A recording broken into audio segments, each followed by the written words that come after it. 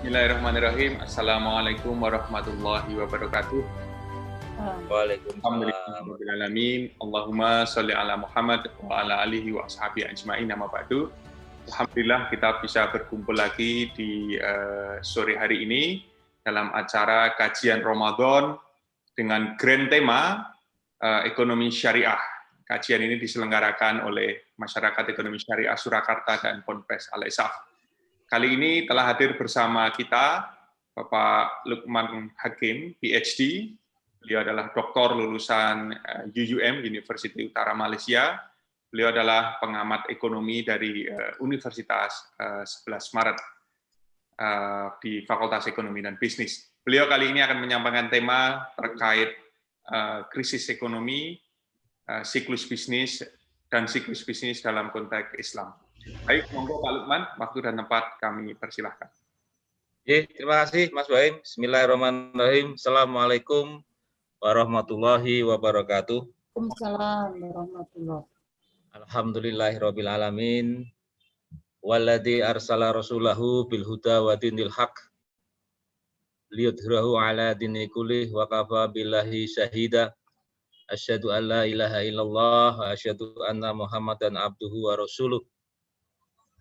Marilah pertama dan yang utama kita panjatkan puji syukur kehadirat Allah Subhanahu wa taala yang telah memberi kita berbagai kenikmatan, nikmat iman, Islam, sehat, hingga pada sore hari ini kita masih bisa bertemu, melakukan kajian dalam rangka acara menjelang buka puasa. Tidak lupa salam dan sholawat kita tujukan kepada junjungan kita Nabi besar Muhammad SAW, Nabi akhir zaman yang membawa kita semua dari era kegelapan menjadi era yang lebih terang. Terima kasih Mas Ibrahim, yang saya hormati Prof. Bambang Setiaji, Prof. Uni, para senior-senior yang hadir pada sore hari ini, teman-teman semua, baik dari UNS, dari UMS, kemudian juga saya lihat dari teman dari Semarang ini, Mas Lukni juga ada. Ya. Ini adalah acara yang sangat menarik untuk sama-sama kita sukseskan, karena di tengah pandemi seperti ini masih banyak hal yang saya rasa bisa kita perbincangkan, kita diskusikan. Sore hari ini saya menyampaikan satu topik tentang ekonomi krisis dan juga tentang siklus bisnis di dalam Islam. Mengapa ini penting? Karena kita harus mengenali sesungguhnya saat ini yang kita hadapi itu apa. Mohon izin saya share PPT Mas Boem ya. Jadi PPT saya ini judulnya saya tambah sedikit, ekonomi, siklus bisnis dalam Islam, kisah Nabi Yusuf alaihissalam. Jadi sebagai orang yang berkecimpung dalam bidang ekonomi, saya sangat senang sekali ketika kemudian menghubungkan kisah-kisah di dalam Al-Quranul Karim dengan topik-topik ekonomi.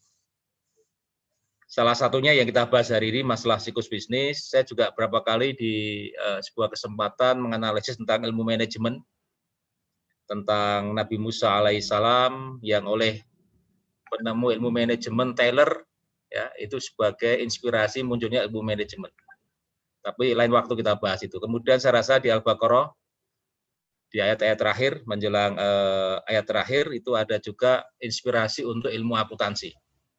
Bahwa dalam setiap transaksi kita harus melakukan pencatatan. Jadi sebenarnya ketika kita mengkaji Al-Quranul Karim banyak ibroh, ya, banyak insight, banyak pelajaran yang bisa kita ambil.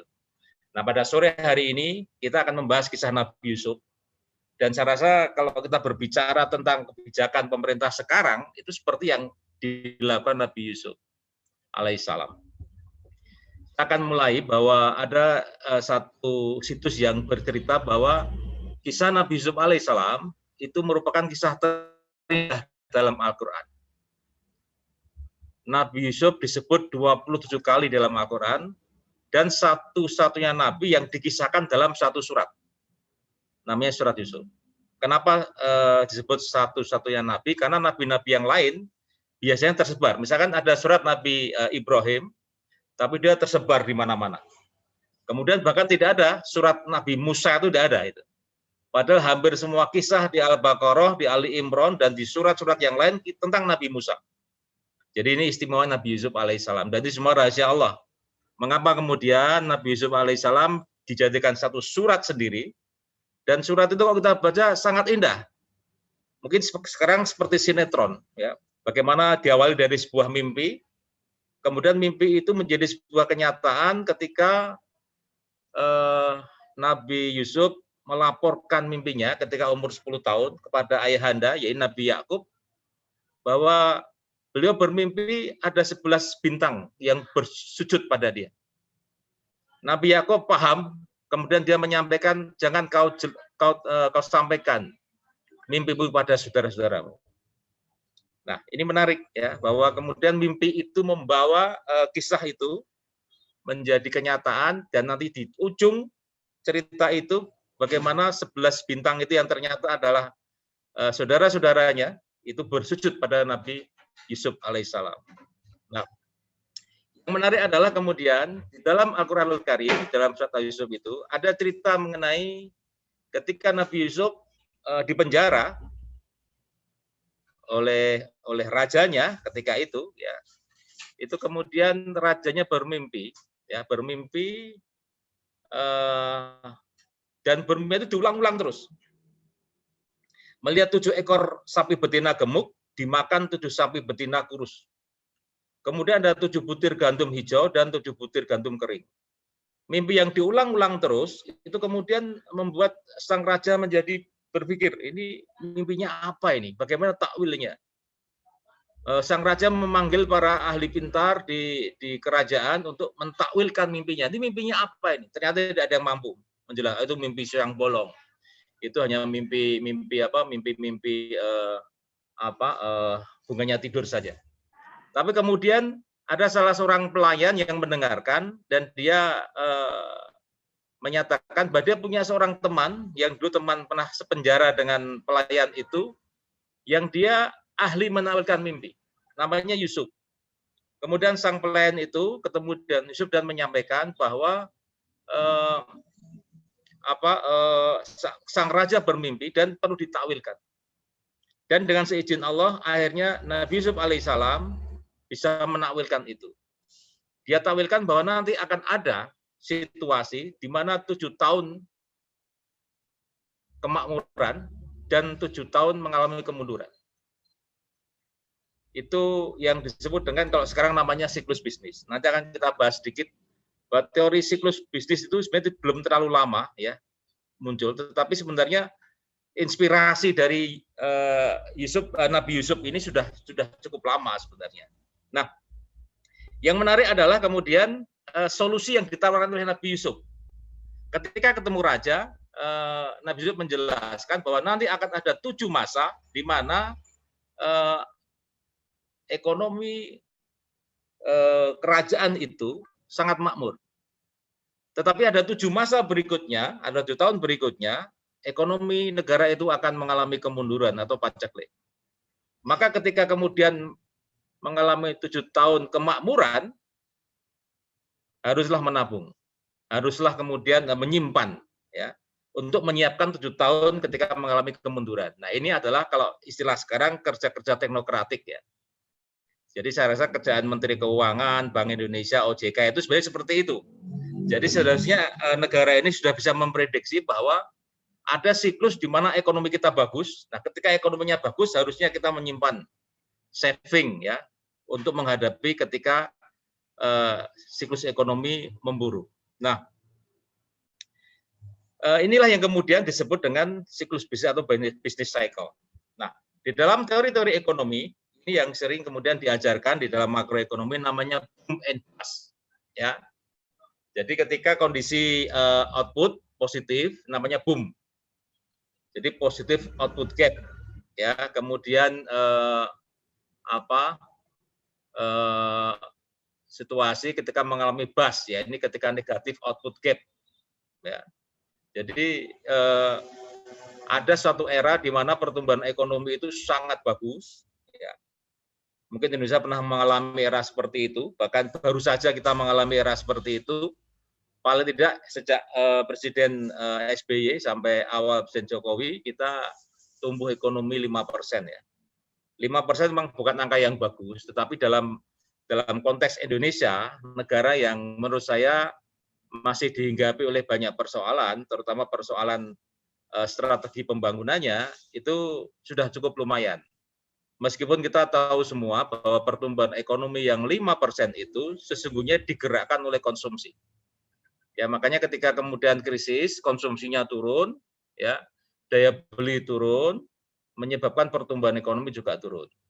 Jadi memang sebenarnya dengan penduduk yang sangat besar, 270 juta lebih, konsumsi di Indonesia memegang peranan sangat penting. Para ahli mengatakan Indonesia termasuk dalam kelompok negara yang disebut dengan growth driven by consumption. Jadi pertumbuhan ekonomi yang digerakkan oleh konsumsi. Nah, itu kalau kita lihat ya, fenomena itu sama dengan yang sering dibahas dalam siklus bisnis. Jadi ada era-era di mana ekonomi kita bagus, kemudian ada era di mana kemudian mengalami kemunduran. Ini penjabaran lebih detail mengenai prosperity, recession, depression, dan recovery. Kita pernah mengalami prosperity, kemudian kita mengalami puncak, kemudian menurun, resesi, ya awal-awal 2019 kita merasakan itu, kemudian depresi, ya turun ke bawah.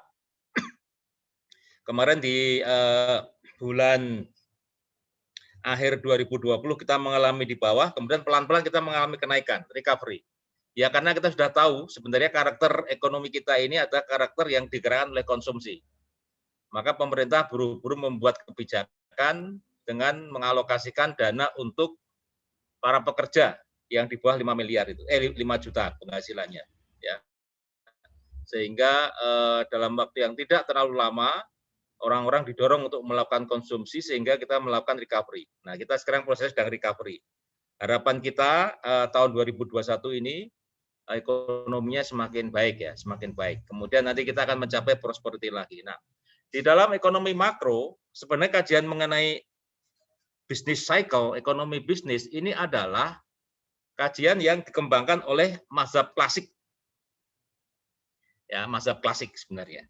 Nah, makanya ada aliran baru yang muncul, bukan aliran ya, tapi paradigma makroekonomi baru yang muncul tahun 80-an yang merupakan bagian dari klasik baru, new classical, namanya RBC, Real Business Cycle, ya. Ada dua orang ahlinya namanya Kitlan dan Prescott, dapat Nobel Ekonomi tahun 2000-an ya. Ya, karena dia menulis sebuah tulisan yang sangat bagus yang intinya adalah bahwa memahami makroekonomi itu harus menggunakan pendekatan real siklus bisnis. Ya. Itu sebenarnya adalah pengulangan. Karena begini, di dalam sejarah ekonomi makro, jadi istilah makroekonomi itu istilahnya paham Keynesian.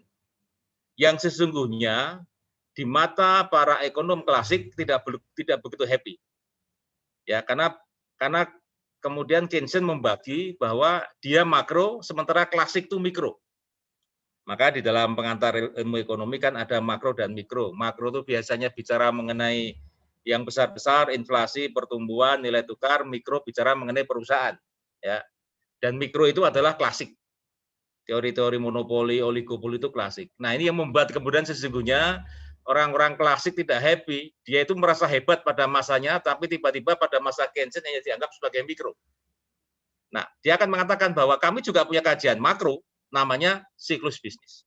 Maka ketika kemudian tahun 80-an muncul satu paham baru namanya RBC, itu bisa dianggap sebagai kelanjutan dari atau kebangkitan lagi ekonomi klasik, namanya RBC. Real Business Cycle. Nah, bagaimana Indonesia, Bapak Ibu sekalian dan teman-teman, ini adalah grafik pertumbuhan ekonomi Indonesia. Ya, mulai tahun 60-an sampai tahun 2020 kemarin. Ya, kita melihat bahwa pertumbuhan ekonomi kita itu pernah mengalami berkali-kali negatif, terutama yang pertama negatif tahun 60-an. Ya. Tahun 66 negatif sampai minus 5%. Nah, yang paling dalam negatif kita adalah tahun 97-98. Itu sampai minus mendekati 15%. Ya. Jadi memang perubahan transisi dari rejim Orde Baru ke era reformasi itu memang membawa indikator makroekonomi yang sangat parah, ya, karena pertumbuhan ekonominya merosot sampai minus hampir 15%. Meskipun sebenarnya dari inflasi tidak separah tahun 66. Tahun 66 itu inflasi kita nyaris di atas 1000%. Ini menurut data IMF ya. Jadi hampir 1000% inflasi kita pada tahun 66. Ya. Sementara pada tahun pada tahun 97-98 inflasi kita hanya sekitar 60%. Saya rasa kita semua yang di sini mungkin merasakan ya. Saya merasakan ketika ekonomi krisis tahun 97-98 ya, sudah punya anak 2 waktu itu, ikut panik juga ya. Di Luwes itu saya antre beli susu untuk anak saya itu. Ya, karena memang situasinya mencekam. Ada isu bahwa akan ada kerusuhan, ada macam-macam, sehingga orang kemudian berbondong-bondong menimbun barang ketika itu. Ya.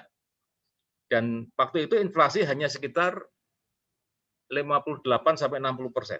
Pertumbuhan ekonominya jatuh seperti ini, tetapi inflasi tidak terlalu tinggi dibandingkan pada tahun 66 ketika inflasinya sampai 1000%. Nah, ini pengalaman krisis ekonomi di Indonesia. Jadi kita sudah berkali-kali krisis dan sebenarnya kalau dilihat dari tahunnya selisihnya itu 10 tahunan. Jadi kalau tadi Nabi Yusuf 7 tahunan, Indonesia cenderung 10 tahunan sebenarnya. Krisis ekonomi kita yang pertama adalah terjadi sebelum Indonesia diakui dunia, 48-49. 49 nanti kita konferensi meja bundar. Itu inflasi juga tinggi. Sampai muncul kemudian Menteri Keuangan ketika itu, sebelum jadi Gubernur BI namanya Syafruddin Prawira Negara, menerapkan kebijakan namanya Gunting Syafruddin. Dan itu fenomenanya seperti halnya disebabkan oleh perang Korea, ya, perang Korea dan perang-perang di tempat lain, dan juga terlalu banyaknya jumlah uang beredar yang beredar di Indonesia, terutama mata uang asing, misalkan mata uang Nika, mata uang Belanda itu banyak sekali, bahkan mata uang Jepang juga masih berputar. Nah, kemudian muncullah kebijakan namanya Gunting Syafruddin. Semua mata uang yang bukan mata uang Indonesia itu digunting jadi 2. Separuh dianggap sebagai penyertaan obligasi, separuh ditukar dengan mata uang ORI, mata uang Republik Indonesia ketika itu. Tujuannya apa? Tujuannya adalah dengan mengurangi mata uang akan mengurangi inflasi. Dan betul itu berhasil. Bahkan dalam tulisannya Pak Sabrin mengatakan bahwa kebijakan dia itu tidak ada yang dirugikan. Karena bagi orang yang punya mata uang jenis apapun itu ditukar dengan mata uang pemerintah, dan bahkan separuhnya itu dianggap sebagai penyertaan obligasi kepada pemerintah. Kemudian 10 tahun kemudian terjadi lagi inflasi. Ya. Kemudian respon pemerintah tahun 58-59 itu melakukan sunering. Pemotongan nilai mata uang dari Rp100 menjadi Rp1. Ini adalah zaman Menteri Gubernur BI-nya namanya Mr. Lukman Hakim. Ya. Gubernur BI itu berasal dari kemungkinan dari PNI, ya. Sementara kemudian Menteri Keuangannya itu adalah Insinyur Juanda. Nah, yang menetapkan sunring justru Juanda ketika Lukman Hakim sedang melakukan turba di Surabaya. Jadi Gubernur BI sedang turba di Jawa Timur, tiba-tiba Menteri Keuangan mengatakan bahwa hari ini melakukan sunring, pemotongan nilai tukar. Makanya Gubernur BI kemudian tersinggung dan akhirnya mundur jadi Gubernur BI. Itu tahun 58-59. Kemudian sunring berikutnya adalah tahun 65-66. Ketika tadi saya ceritakan bahwa inflasi kita sampai 1000%. Sunring terjadi dari Rp1.000 menjadi Rp1. Saya kebetulan pernah meneliti sejarah semen Gresik. Ya. Kebetulan saya membaca dokumen-dokumen laporan tahunan semen Gresik, itu menarik. Sebelum tahun 65-66 itu asetnya miliaran, Tapi begitu masuk 6667 asetnya jutaan. Jadi dari Rp1.000 ya menjadi Rp1. Jadi nolnya kurang 3. Ini nanti mungkin yang akan terjadi kalau kita jadi melakukan redenominasi ya dari Rp1.000 menjadi Rp1. Tapi sampai sekarang kelihatannya Presiden Jokowi tidak mau melaksanakan karena nanti akan membuat situasi ekonomi menjadi agak kacau gitu ya. Sehingga sampai sekarang belum dilakukan meskipun BI dan Kementerian Keuangan sudah mengusulkan berkali-kali. Nah, kemudian krisis ekonomi berikutnya itu adalah 7879 ya. Ini adalah resesi ekonomi yang saya rasa teman-teman yang seusia saya tahun-tahun itu merasakan ya, bahkan respon masyarakat awam itu luar biasa. Tidak seperti sekarang ini kan, ini pandemi ekonomi seperti ini tidak ada lagu-lagu yang lahir ya. Tetapi 7879 itu banyak para seniman membuat lagu tentang resesi ekonomi. Saya masih ingat itu saya kira-kira SD SMP ya, itu mendengarkan lagunya Chrisye tentang resesi ekonomi. Ya. Kemudian lagunya Marakarma ya, tentang resesi ekonomi. Artinya respon dunia masyarakat awam itu juga menarik, merespon situasi ekonomi ketika itu. Sekarang malah kelihatannya tenang-tenang saja karena meskipun resesi tapi YouTube-nya masih bisa jalan. Ya. Apa respon pemerintah ketika itu? Ini yang kemudian ditulis oleh disertasinya Jeffrey Winters ya tentang tim Kepres 10 tahun 80. Ini menarik ini. Ceritanya sangat menarik. Karena sebenarnya tahun 70-an itu Indonesia adalah negara yang hidupnya itu didorong oleh adanya oil boom. Oil boom yang pertama itu 69, kemudian 74, kemudian terakhir 78. Tetapi ada fenomena yang kemudian mengikutinya, dan itu fenomena global ternyata, yang disebut dengan penyakit Belanda atau Dutch disease.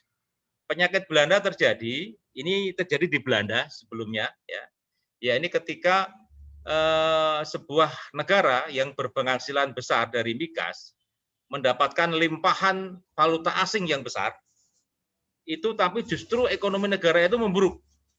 Inflasi tinggi, pertumbuhan ekonomi bisa merosot. Kenapa? Karena rupa-rupanya hasil valuta asing itu dibelikan barang-barang yang tidak produktif atau istilahnya non tradable.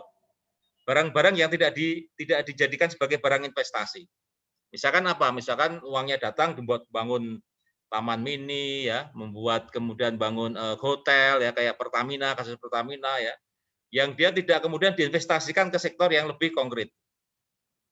Nah, untuk merespon itu, kemudian pemerintah membuat tim Kepres 10 tahun 80, ketuanya adalah Sudarmono S.H., Menteri Sekretaris Negara waktu itu. Sekretarisnya adalah Ginanjar, Pak Ginanjar Kartasasmita.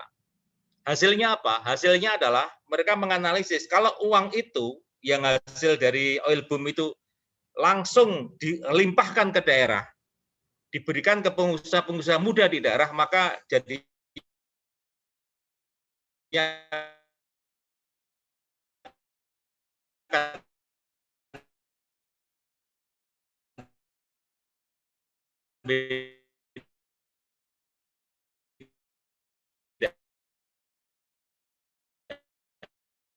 dan itu terjadi. Jadi itu namanya mikro di Kalimantan ya. Jadi adalah orang-orang yang kemudian mendapat limpahan anggaran itu untuk mengembangkan ekonomi di daerah. Dan ekonomi kita menjadi lebih aman gara-gara itu. Tetapi ini dikritik oleh Bank Dunia ya. Kemudian jadikan oleh beberapa ahli jadikan sebuah disertasi. Ada dua yang saya rasa yang saya baca. Satu disertasinya Richard Robinson tentang Indonesia the Rise of Capital. Kemudian Jeffrey Winter tentang capital movement ya. Jadi tentang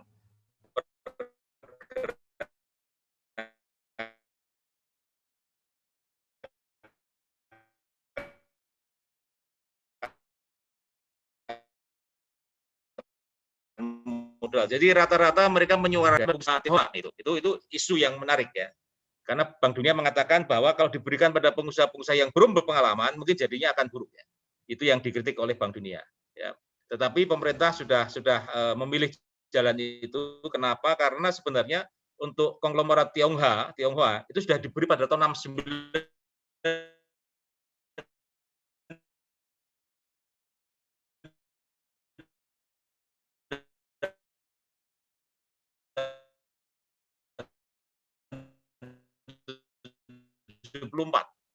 Jadi diganti 63, Pakto 88, Pakjan ini adalah rentetan dari krisis ekonomi 78-79. Kemudian 10 tahun lagi ada krisis ya 88-89.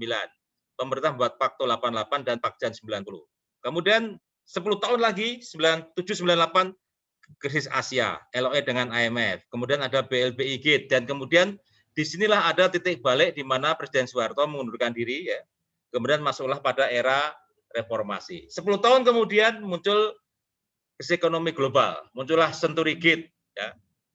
Ini sudah zamannya SBY. Ya, kemudian diprediksi sebenarnya beberapa referensi yang kemarin ditulis banyak orang, kemudian juga berita-berita diprediksi akan krisis lagi adalah 10 tahun lagi, ini 2019. Dan itu adalah ketika kita melakukan Pilpres. Maka reaksi pemerintah, Presiden Jokowi adalah mengimpor banyak beras. Ini yang dulu dikritik banyak orang, kenapa kita mengimpor banyak beras ya. Tahun 2019. Tidak krisis, tapi kemudian krisisnya justru mulai tahun 2020 dan 2021 ketika pandemi melanda. Jadi siklus 10 tahunan ini hampir sama yang diajarkan oleh Nabi Yusuf di depan tadi. Nah, bagaimana Nabi Yusuf merespon dari krisis ini? Jadi ketika beliau diminta oleh Raja Mesir untuk memberikan saran, dia katakan bahwa harusnya negara mengatur ya situasi ketika makmur harus melakukan saving, melakukan tabungan. Ketika nanti masa paceklik, pemerintah harus memberikan subsidi. Ini sebenarnya sudah diajarkan Nabi Yusuf alaihissalam ya, yang kemudian dituangkan oleh John Maynard Keynes pada tahun 1929, kan baru saja ini sebenarnya.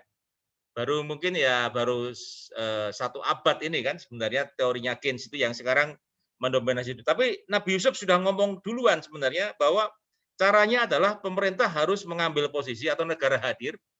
Kemudian ketika kita ketika kita mempunyai surplus jadi disimpan. Kemudian ketika kita melalui krisis ya kita harus kemudian memberikan subsidi pada kelompok-kelompok yang termarginalkan. Nah, apa itu kelompok termarginalkan?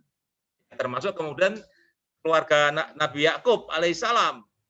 Jadi ketika kemudian negara memberikan subsidi pada masyarakat, orang berbondong-bondong ke Mesir untuk mencari bantuan untuk makan. Nah, keluarga Nabi Yakub ditemukan oleh Yusuf di situ.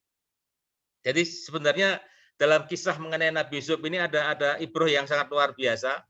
Kita sebagai ekonom bisa membaca lebih runtut bahwa sebenarnya yang dilakukan oleh pemerintah saat ini di seluruh dunia ya itu pernah dilakukan oleh Nabi Yusuf pada masanya.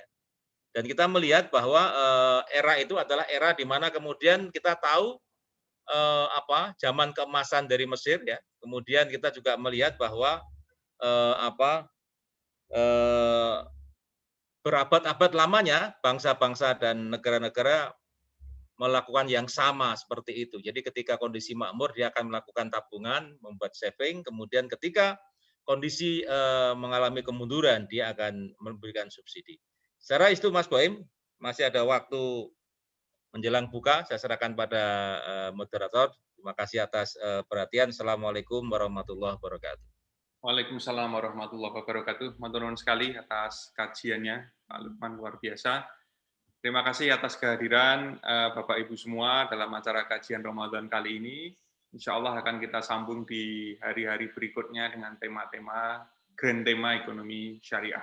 Matur nuwun Pak Lukman. Siap. Berbuka, Pak Lukman dan Bapak Ibu sekalian. Kita akhiri dengan membaca doa kafarah majelis.